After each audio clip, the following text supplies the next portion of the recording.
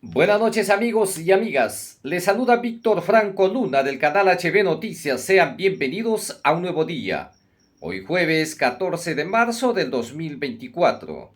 Vamos a refrescar un poco la memoria de mucha gente que tal vez se ha olvidado y mayormente los jóvenes que desconocen quién fue Alberto Fujimori en la década de los 90.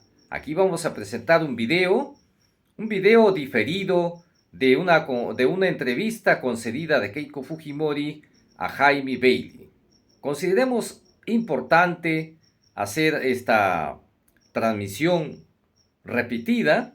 Es una grabación que está circulando en los medios de comunicación y creemos conveniente publicarlo a través de este canal para que se entere mucha gente quién fue Alberto Fujimori en la década de los 90, porque hasta hoy siguen todavía engañados, dicen que Fujimori fue el mejor gobierno del país, cuando es todo lo contrario. Alberto Fujimori fue el peor gobierno porque destrozó al país. Hizo tantas maldades que mucha gente, por el desconocimiento, sigue creyendo y apoya a la heredera de esa dictadura, a Keiko Fujimori. Pues vamos a narrar un poco qué hizo Fujimori en el año 1992. Fujimori, 2 años después, ya de estar en el gobierno, planteó el referéndum para el cambio de una nueva constitución. Y el pueblo, ansioso de sus cambios, apoyó esa iniciativa de Alberto Fujimori pensando que era para el bien del país. Pero años después, el pueblo peruano se ha visto golpeado, se ha visto traicionado y se ha visto abandonado. ¿Producto de qué? Producto de esa nueva constitución que le llamó Alberto Fujimori a través de una asamblea constituyente democrática. Así lo denominó Fujimori y hasta hoy está vigente esa constitución que tanto daño está haciendo al país. Bien, Fujimori empezó primero vendiendo las empresas estatales. Vendió gran parte de las empresas estatales con reservas aseguradas, vendió a precio de huevo roto, como le dicen. Y aquí vamos a leer el listado de las empresas que la vendió Fujimori. Luego lo vamos a reforzar con el video que lo hemos seleccionado para que ustedes se enteren a través de ese medio de comunicación que está haciendo una publicación de el desfalco y el robo descarado que hizo Alberto Fujimori cuando fue gobierno en su primer gobierno. De ahí empezó.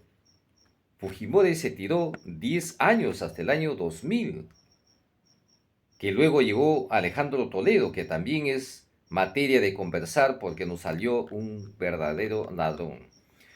Bien, Fujimori vendió las empresas estatales como por ejemplo, vendió la electricidad, vendió la agricultura, vendió la manufactura, vendió las hidroeléctricas, vendió Petroperú, vendió la refinería La Pampilla, vendió los grifos, vendió la naviera transoceánica, vendió Solgas, vendió también otras empresas que tenían reservas aseguradas, como por ejemplo Aeroperú. La minería, que hasta hoy es una pesadilla en la sociedad peruana, porque les dio un marco normativo tributario para que tengan grandes beneficios y no paguen al Estado. Eso fue Fujimori. Vendió Hierro Perú, Centromin Perú, Minero Perú. Lo vendió la luz y el teléfono. Esas son las empresas que vendió Alberto Fujimori y que de esa venta, de toda esa venta, solamente había recaudado 9.221.000. ¿Se imaginan la cantidad de dinero que recaudó? Y al país solamente ingresó 6.000 soles. El resto de dinero se lo metió al bolsillo. Eso no lo sabían, ¿verdad? Por eso que es necesario, y repito, que se difunda los videos, aunque son diferidos, son pasados, pero son importantes para conocer la realidad. Y también cada uno de vosotros empezar a investigar, averiguar qué hay de cierto de todo eso lo que se dice. Pues aquí, ahí están las pruebas. Fujimori dio los contratos ley de nuestros grandes proyectos que tenemos aquí en el país. ¿Cuántos países quisieran tener la riqueza que tiene el Perú? Imagínense, más de 200 años de saqueo y todavía sigue teniendo reservas. Por eso es el gran interés que tienen las grandes transnacionales de venir acá al país, porque aquí hacen fortuna. Hacen fortuna por las sagradas leyes que les ha dado Alberto Fujimori. Así que amigos, hay que enterarse y ya no apoyar a ese tipo de lacras que tenemos en el gobierno, porque hoy en día el fujimorismo está haciendo de las suyas nuevamente. Perdió las elecciones, pero está gobernando. Muchos dirán, no, estás loco, estás equivocado, estás hablando por los codos. No, si la que gobierna es Dina Boluarte, partido de Perú Libre. No es así. Perú Libre es un partido político que también se arrastró y se puso a la cola del fujimorismo. Conviven todos los días las bancadas, ahora ya no hay diferencia de derecha ni de izquierda. Estos congresistas que se presentaron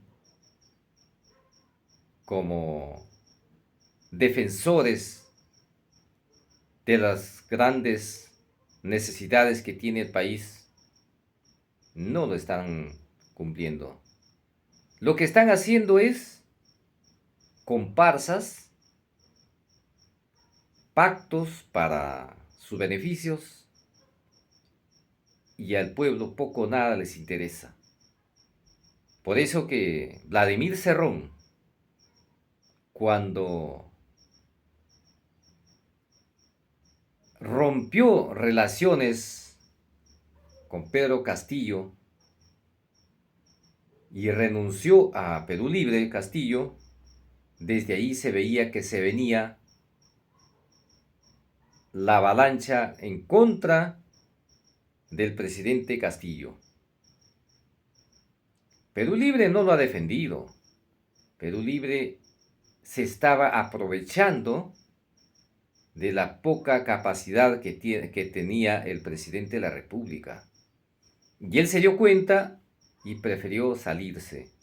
Pero fue peor porque se quedó solo sin que nadie lo pueda respaldar.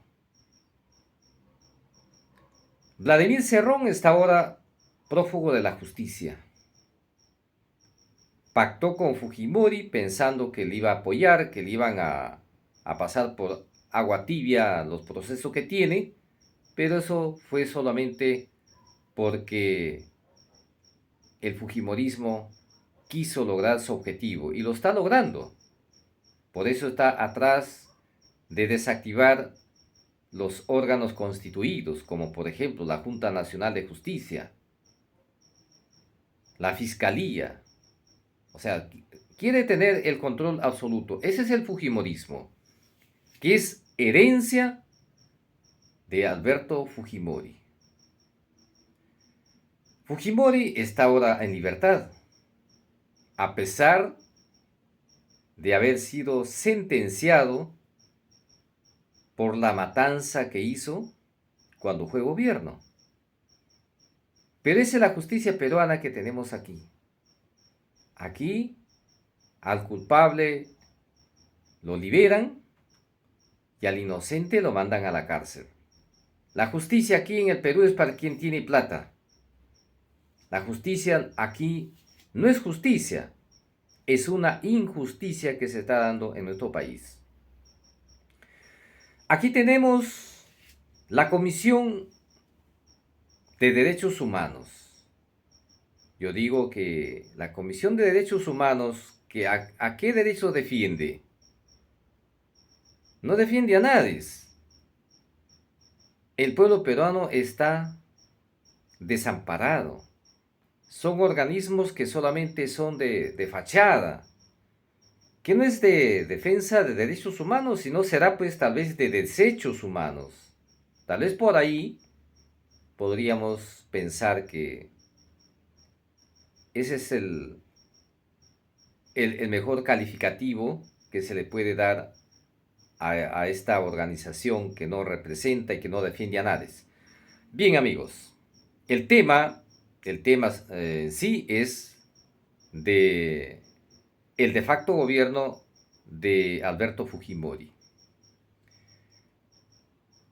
Luego, Alberto Fujimori, ya estando en el poder, cuando logró el cambio de constitución, formó su Congreso Constituyente Democrático y empezó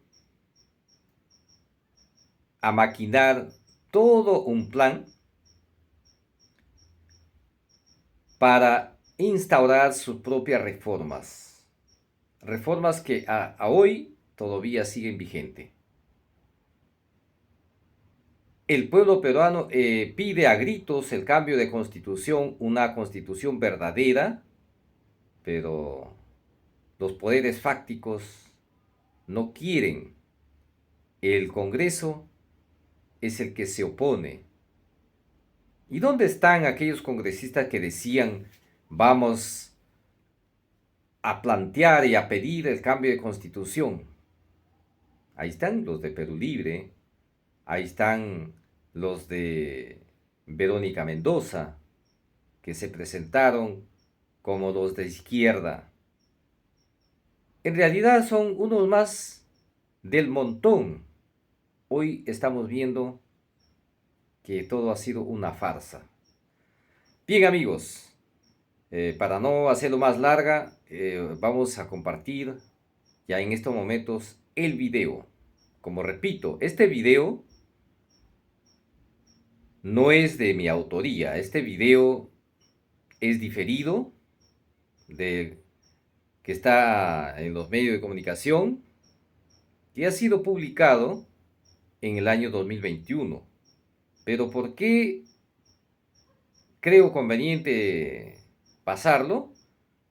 Porque hay mucha gente que desconoce la realidad, pues. Entonces, para que se enteren quién es el fujimorismo y ya no sigan pensando que fue el primer gobierno, o perdón, el mejor gobierno, sino el peor de los gobiernos. Porque los otros presidentes han robado, sí, pero no hicieron como Alberto Fujimori sí lo hizo. Miren, Alberto Fujimori trajo las AFPs, creó la SUNAT, ¿o no? ¿Las AFPs para qué? Para explotar a los trabajadores, para retener su dinero y ahora que tienen que estar en las calles luchando para que les devuelvan. En el fujimorismo nació también el sicariato. Ustedes se acuerdan que en esos años se hablaba del sicariato, pero no tenía todavía mucha connotación en la población. ¿Por qué? Porque era nuevo ese grupo de delincuentes que actuaban bajo la sombra. Hoy se sabe quién es quién, porque han pasado varios años. Pero Fujimori trajo la desgracia al país. Así que amigos, no crean de que Alberto Fujimori fue el mejor gobierno. Ahí está, ustedes en este momento van a escuchar el video, van a ver y escuchar el video, porque en realidad, tal vez por desconocimiento, se dejan engañar de alguien que les cuenta una falsa historia. Aquí está la verdadera historia de la década de los 90. Así que compartamos este video y también difúndalo con sus contactos, pásenlo por todos los medios que sea necesario, ¿ya? Para que más gente se entere, pues, ¿no? Porque es necesario que nos enteremos.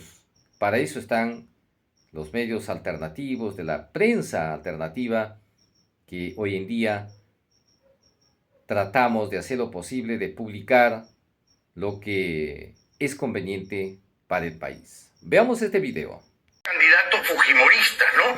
Estás tú, que lleva el apellido, está López Aliaga, que ha sido fujimorista hace 30 años, y está Hernando de Soto, que también ha sido fujimorista hace 30 años. ¿Lo conocías antes, cuando tu papá era dictador? ¿Ya lo conocías entonces?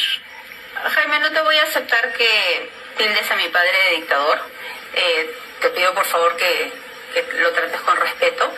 Sí. Keiko, si un presidente que ha sido elegido democráticamente cierra un congreso, da un golpe de Estado y se convierte en un dictador. Tu papá en abril del año 92 se convirtió en un dictador. La historia tiene que reconocer que el señor Fujimori fue dictador desde que cerró el Congreso, Keiko. Pero convocó elecciones democráticas, se creó el Congreso Constituyente, en la que participaron diferentes fuerzas políticas, crearon la Constitución. Pero Maduro también convoca elecciones y las gana y tiene un Congreso que es dócil. Hay dictadores de derecha y hay dictadores de izquierda. No, son además modelos absolutamente diferentes. La situación de ellos es muy dramática. Keiko, sí. Yo entiendo que tú defiendas a tu papá, yo lo entiendo. Pero ¿cómo puedes decir que el año 2000 ganó nuevamente las elecciones? Tú sabes muy bien que ese año tu papá y Montesinos hicieron una trampa descarada. Tú lo sabes. Eso fue un fraude y además fue una candidatura que violentaba la Constitución escrita a medida de tu papá. Yo he sido una de las pocas personas dentro del gobierno de mi padre que he criticado la presencia de Montesinos. Lo he dicho públicamente. Y es verdad que... Pero hoy has dicho que tu papá ganó el 90, el 95 y el 2000. No, el 2000 lo ganó. Hizo trampa. Todo tipo de problemas. Las privatizaciones fueron su gran caja chica, la fuente de su clientelismo. Vendió el país a precio de huevo roto, subvaluó empresas, nos dejó sin sectores estratégicos y descapitalizó el país, porque a los pastores les dejó carta libre para hacer y deshacer a su antojo. Las privatizaciones fueron ideológicas, no correspondieron a una estrategia.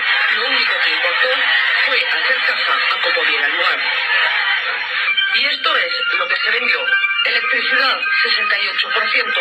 Agricultura, 35%. De la minería se vendió el 90% de las empresas estatales. En manufactura, el 85.5%. Y de hidrocarburos, el 68%. Todo por 9.221 millones de dólares, de los que solo ingresaron al Estado poco más de 6.000. La diferencia en gastos varios, impuestos, pago a burocracia dorada, saldos de empresas que no pagaron, y de los 4.880 millones que gastó de la privatización, el 45% lo destinó a la compra de armamento de ese que ahora se cae y al pago de deuda externa, algo que por ley estaba prohibido. El dinero de la privatización debía ir al desarrollo social y a la pacificación interna. Vayamos con algunos hitos de la privatización. Petroperú se vendió por partes y se subvaluó. Ahora estamos pagando el precio más alto de la región en combustibles.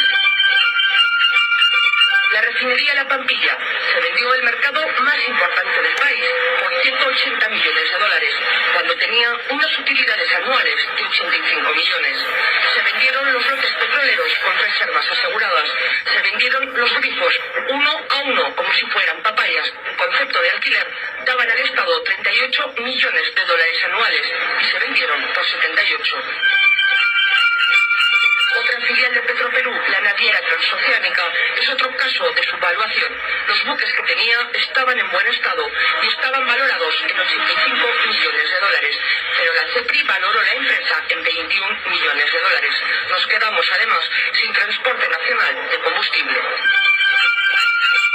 Otro caso clamoroso es Solgas, también filial de Petroperú. Se vendió por 7 millones de dólares, cuando solo su edificio principal estaba valorado en 5 millones de dólares y tenía unas utilidades anuales de 2 millones. Esto fue en 1992. 4 años más tarde, en 1996, los que compraron a este precio la vendieron a Repsol por 50 millones de dólares. Aquellos que argumentan que la venta de Petroperú, Centromin Perú o Ciudad Perú generaría inseguridad en la defensa de la soberanía nacional, pienso que no conocen los hechos, es todo lo contrario. Cuando Fujimori quiso reaccionar ya era demasiado tarde. De Petroperú solo quedaba la chauchilla. Aeroperú fue otra de las perlas de la privatización. Nos quedamos sin una línea de bandera nacional porque se vendió por vender al Grupo Aeroméxico, que la liquidó al poco tiempo. La minería fue sin duda otra de las piezas angulares. Fujimori les dio un marco tributario que hasta ahora es el origen de muchos conflictos sociales. No puso límites a la contaminación. Gaso Hierro Perú se presentó como el espaldarazo de la privatización.